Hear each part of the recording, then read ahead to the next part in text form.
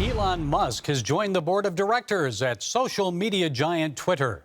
The announcement came this week shortly after the world's wealthiest man bought up more than 9% of Twitter's stock, about $3 billion worth.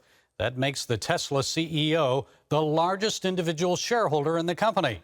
What does this mean for Twitter and other social media platforms moving forward?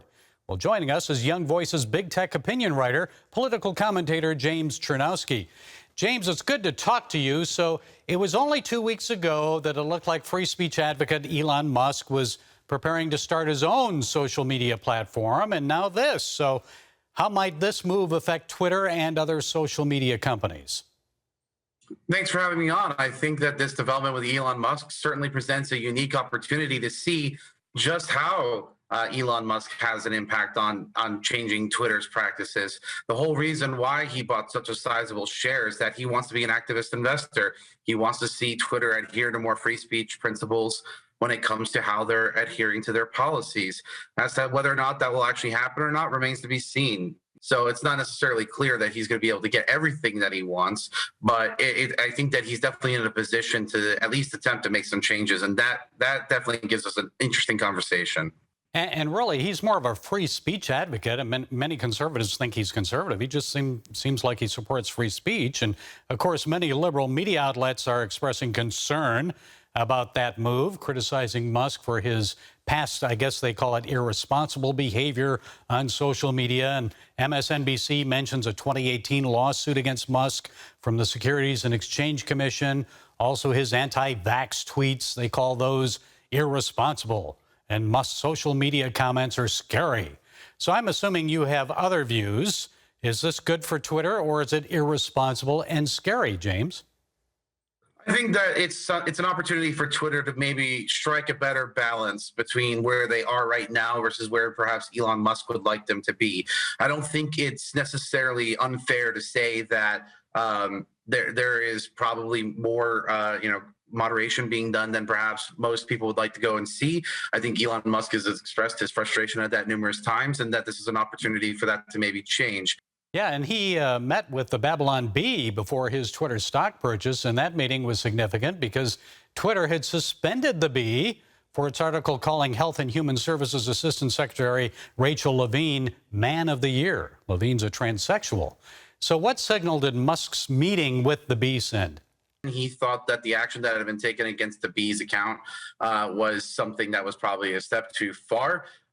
Twitter does set the policies for how they want people to engage in their community, and their account was suspended because it was viewed as harassment for misgendering Rachel Levine.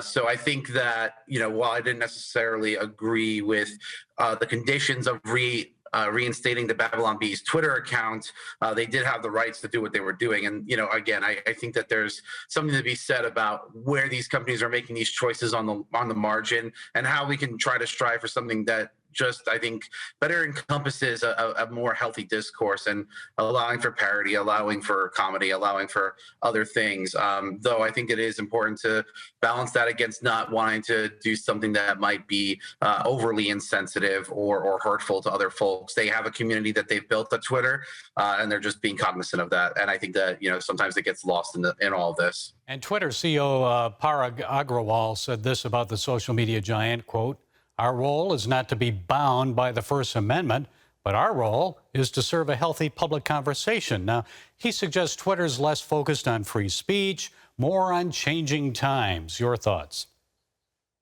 I think that that's not an uncommon refrain from people who operate in this space. It was actually the head of Xbox's development team over there at Microsoft that said something similar, where they believe that gaming console is not, meant to go and respect the First Amendment. The First Amendment, at the end of the day, is a constraint on the government's ability to limit your speech. rights. And these private property, platforms like Twitter or Xbox or insert any social media company here, at the end of the day, they are private property. And that means that they do have the right to go and restrict access and take any of the actions that they want to do. And it's not like it's just these big tech companies. I'll highlight just one example. In the president, Trump, he went and launched Truth Social. And if you read through his terms and services for his platform, it's actually very restrictive. Okay, so you don't see a major change here just because Elon Musk is on the board now of Twitter. When we're talking about a business, Twitter actually has some legitimate problems right now. It has a hard time monetizing its service. It has not had healthy profit margins. So I think, for some investors in Twitter, when they see Elon Musk joining the board, I think that, some of them are okay with him wanting to go and work on that free speech issue. But I think that they also want him to be a good steward for the company in trying to tackle the issues that they're facing. How can we make Twitter more profitable and actually, by extension, improve it as a product and service? So I imagine that those changes will be a little bit more slow to take effect if he is successful in his endeavors. Yeah, maybe slower than getting some tweets from Mars. Young Voices big tech opinion writer James Chernowski. Thank you, James, for being with us. We appreciate you setting us straight today. Thanks for having me.